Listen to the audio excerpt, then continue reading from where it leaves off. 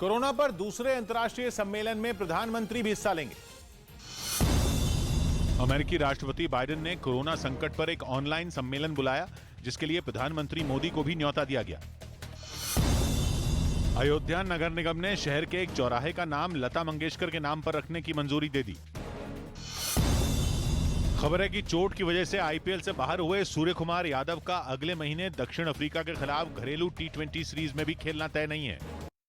वहीं यूक्रेन में चल रही जंग की मार यूरोप के कई देशों की अर्थव्यवस्था पर पड़ रही है। जंग के कारण महंगाई की मार से बेहाल हो रहे यूरोप के देशों में ग्रीस का नाम भी जुड़ गया। ग्रीस में महंगाई ने बीते 28 साल का रिकॉर्ड तोड़ दिया, जिसकी वजह से ग्रीस के लोगों का बजट बुरी तरह बिगड़ गया।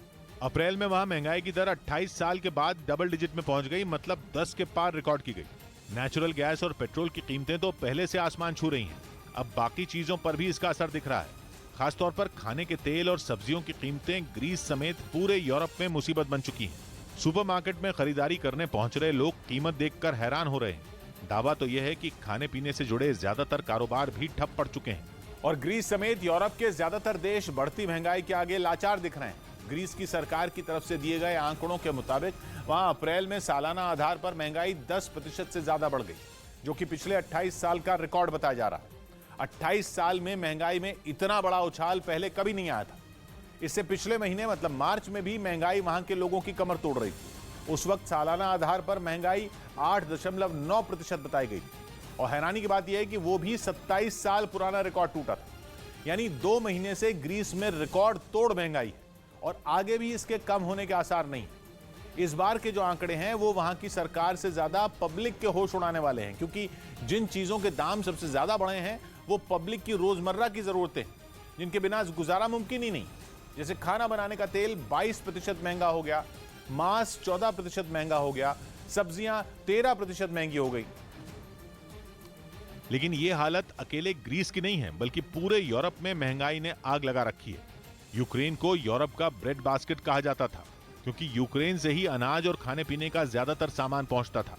लेकिन उसी ब्रेड बास्केट को बमबारी ने बेहाल कर दिया। रूस में खेती में इस्तेमाल होने वाले कीटनाशक जो रूस से जाते थे वो वहां पहुंच ही नहीं रहे। यही नहीं, सूरजमुखी के तेल के लिए तो यूरोप लगभग पूरी तरह रूस और यूक्रेन पर ही निर्भर है।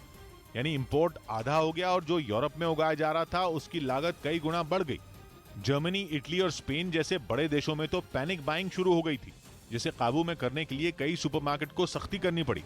एक बार में सामान खरीदने की सीमा तय करनी पड़ी। उधर अमेरिका के फ्लोरिडा में पाम बीच इंटरनेशनल एयरपोर्ट पर एक यात्री ने विमान की लैंडिंग करा दी।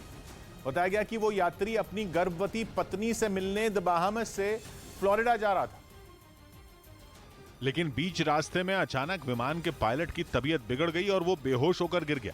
ऐसे में उस विमान की कमान उसमें सवार एक यात्री ने संभाली और विमान की फ्लोरिडा में मौजूद पाम बीच इंटरनेशनल एयरपोर्ट पर सुरक्षित लैंडिंग कराई। इस काम में एयर ट्रैफिक कंट्रोल ने उसकी पूरी मदद की। पायलट की और अब आगे देखिए ज्योतिष का सबसे बड़ा शो, शुभ संयोग।